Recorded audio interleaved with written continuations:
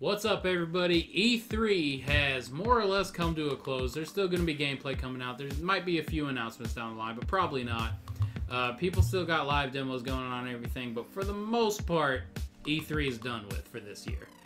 And it was okay. Yeah, it was an okay E3. Yeah. Definitely had a weird feeling about it. Like, Sony skipped out on it. EA did their own thing. Yeah. It was a bit odd for the conference, but overall, everything was good.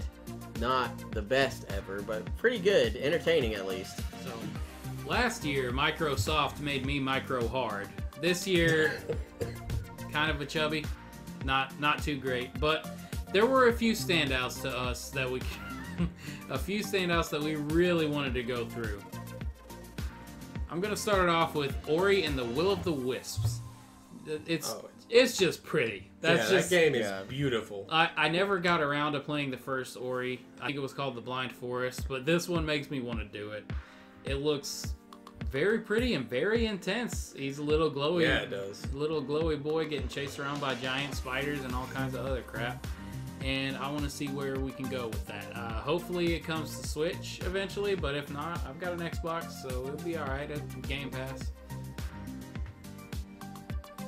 We had a couple of games that I'm interested in, definitely. I don't know if I'm going to buy them yet. Like, Lego Forza looks fun. It looks really fun. That is a crossover I never, in a million years, would have seen.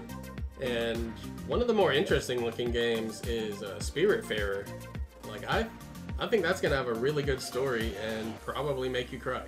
One of two Deer games that they announced this year. Yeah. Yeah. One of the ones, actually, the biggest new thing we saw during Microsoft's conference that had me just super excited was Battletoads. We got to see the gameplay of it, and they started perfect. It's great. They started with pause music, and instantly we all lost it. You just heard, all we had to hear was like, and we were fucking ready. And then they showed every toad, Rash, Zitz, and Pimple, and they all have their own unique design and look like they all fight differently too. Hand-drawn sprites too, baby. Hand-drawn sprites, and unique art style that all works. 3 are in there. And all 3. That's a series first, I believe. As far as I know. And it's just this cool looking beat 'em up, and then everything's great. Toad's fists are turning into other shit that it shouldn't be, and it's on the wall and over the top and crazy. And then it's a very short trailer, but then it ends with that damn jet bike level from a different perspective this time. I think it's going to be worse from that perspective. I'm wondering if it's the same thing where if one person fails, everyone fails. Because if you're doing that 3 players, that's going to be a terrible time. Yeah, I didn't think about that. God. But I can't wait to play that. I mean, Battletoads was a huge part of our childhood growing up. We tried to beat it as best we could. Never really got close without Game Genie. And it was just the best, worst time we could have had on the regular Nintendo. And we are excited as hell to go back and visit it on Xbox. The next one I wanted to talk about is Jedi Fallen Order. Did not have a huge presence at Microsoft conference, but it was there, and we're not really covering EA, so this, to me, is a good spot to throw it in. It looks awesome. It looks really story-based.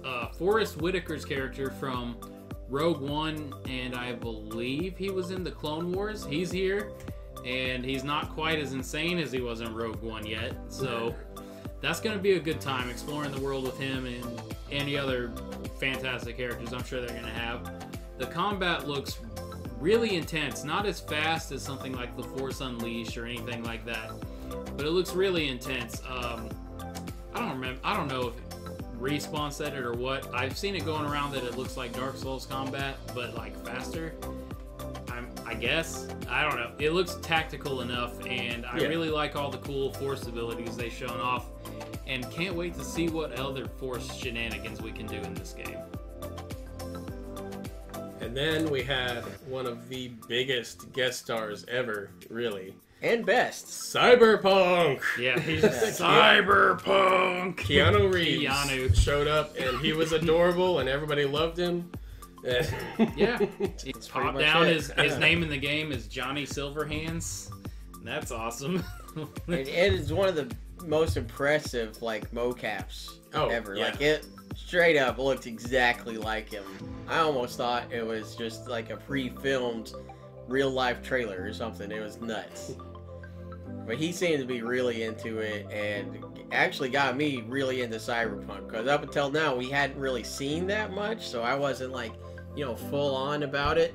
But now we got to see a little bit about it, and I'm pretty excited now, and I really can't wait to play it. Oh, yeah. We don't know jack about this one, except the developer and someone who helped co-write it, but I'm very interested in Elden Ring. George R.R. Martin is really good at building like super detailed lore and universe building, world building crap. I can't really. I hope it's FromSoft, so it's gonna be hard as nails, and I'm not good at those kind of games. So I hope it's not their usual hard as nails fu get good style. But you know it's gonna be, but I'm still gonna try to play it if it looks interesting and cool, and I'm gonna get real mad and suck at it. And next we had one of the games I'm most looking forward to this year, but in just it's not very good representation. Gears 5 had a very edgy, odd and edgy trailer. Really edgy. Yeah. I mean, last year we got a big old chunk of story, so I kind of get them like backing off and not giving us that much, because the game comes out in September. It's not far away. Well, we've seen like no gameplay. Well, barely. I mean, you pretty much know gameplay is gameplay. Yeah. And they show off a new mode where you are the cog and you like infiltrate a swarm nest and take it out from the inside. That seems kind of cool, but yeah, it does. I don't know. I kind of just. Look, I'm sure this trailer was cool if you're a 13-year-old girl that like really wants to like kill people, but not really kind of thing, like super edgy, like teenage drama girl. But oh boy, the trailer did not do it for us. It was no, not a good trailer. I mean, they should have at least showed horde mode and showed some of the different stuff about that. I mean, all the faces coming out of her face. It was cool, but it was like half the trailer. It was not that great. It shouldn't have been that much of it. They did way better last year. Billie Eilish didn't fit. And yeah, Gears, you could have done better. I'm still super excited for the game, but yeah, I can't wait. Not as hyped about Gears 5 for E3 2019. I haven't played a Tales game since Tales of Symphonia on the GameCube. Borrowed it from my friend, and when I was really getting into it, he decided he wanted it back, and I never picked it up again. So, it was interesting. It was cool. I liked the combat. I liked that you could switch between characters. I never got into a Tales game ever again, but for some reason, Tales of Arise is speaking to me. I want to try it. Hopefully there's a demo first so I can see if I'm going to like it or not, because lately JRPGs haven't been my thing. But I want to give Tales of Arise a shot. It looks interesting and colorful and fun and flashy. And if the story is decent enough, that's all I really need. True. Yeah, true. Now, speaking of fun and flashy, we got a pretty good look at Borderlands 3. Oh, hell yeah. That's going to That's the winner, in my book. Oh, yeah, definitely. It's Borderlands. Nothing else got me as excited as Borderlands. Well, you also were on the... he's a special case, because he was on the fence about which character he wanted to be, and one of the ones he was eyeing just so happened to be the character they were showing off in great detail this E3. We got to see what Moze can do, and it is awesome. I saw Jack Tamara pull out her 8 arms, and I was instantly sold. He was instantly sold on Beastmaster, so... Yeah. Zane and Moze were the ones he was trying to decide between. Zane looks pretty interesting, but... kind of boring compared to Giant Mech Suit. Oh Yeah. yeah, I mean- everything's boring compared to Giant Mech Suit. I mean, she looks amazing. you Yeah. can swap out so many guns on the mech. You can have a chain gun, Yeah. a rail gun, a missile launcher. She's the claws, Rocket Fist. She's Yeah. the Gunzerker. rocket fist. You can actually sub out Yeah. the missiles to just launch one giant nuke. Like, holy hell. Yeah, she's definitely the Gunzerker in this game because you can dual wield any weapon that monster's got right Yeah. from the get-go. My only complaint was we didn't get to see Flack at E3. Yeah. But they did say we're going to see him at Gamescom. So I just have a short bit to wait for that. And then just a small time to wait until the game comes out. I really hate that it comes out 3 days after Gears 5. Yeah, that's Because, another thing. We got a lot of fall releases. Like, Gears 5 is going to get ignored pretty hard when Borderlands 3 comes out, and it's only 3 days later. and then we got towards the end of Microsoft's conference. And then they got all of us really hyped, but didn't really show us anything by talking about the specs for Project Scarlet, the next Xbox. Yeah. Still has the project name, oddly enough. I It was was really thinking if we heard about it, we would get a name. It was but- basically the same thing that Sony shared with like Wired or whatever, but they did it at E3. Yeah. That was pretty much it. It was like And it's it- gonna be real strong and it's gonna load real quick and yeah, it that's has a about it. solid state drive, I which mean- is very exciting, but Yeah. not that flashy to show off. And I honestly can't wait for it because it launches with Halo Infinite. Yeah, that is crazy. Sony's got to come out of the gate swinging with PS5 with a Yeah. good ass launch title if they Because want to compete. Because Trying to compete against the Halo game, I mean, it's a little better nowadays, but if they build up the same fan base they had in like the 360 era, oh boy, that's gonna be moving some units real fast.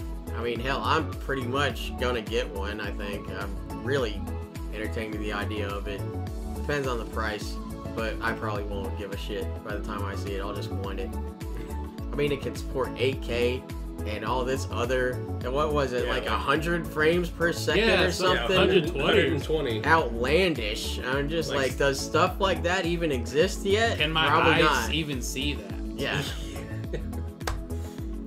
Yeah, the Project Scarlet sounds absolutely ridiculous, and so does Halo Infinite. We didn't see much. We saw him in space, and he was just chilling to sleep. Yeah, and 'cause some that- guy woke him up, He's Master Chief. He can do that and then he wants to go to the fight and finish it immediately. again. Ah, God, I love Master Chief.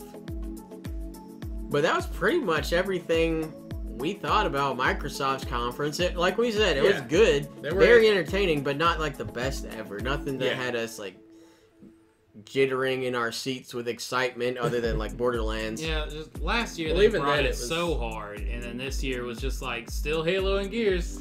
Yeah, Yeah. that was my thing. Was it was kind of mostly stuff we'd already heard about, but we got to see everything in. I mean, at least more they- in depth. Yeah, at least and they that weren't. was cool. At least they weren't playing a flute and making everybody walk from place to place before they show another thing. So That's true. That's something, but Yeah, it just wasn't anything special compared to last year. I think because I don't know. Last year was like the apology, and this year was like the continued apology almost. Oddly enough, I think it could have benefited with some like developer interviews and stuff. Yeah. How E3 used Yeah. to be. Now it's just games, trailer,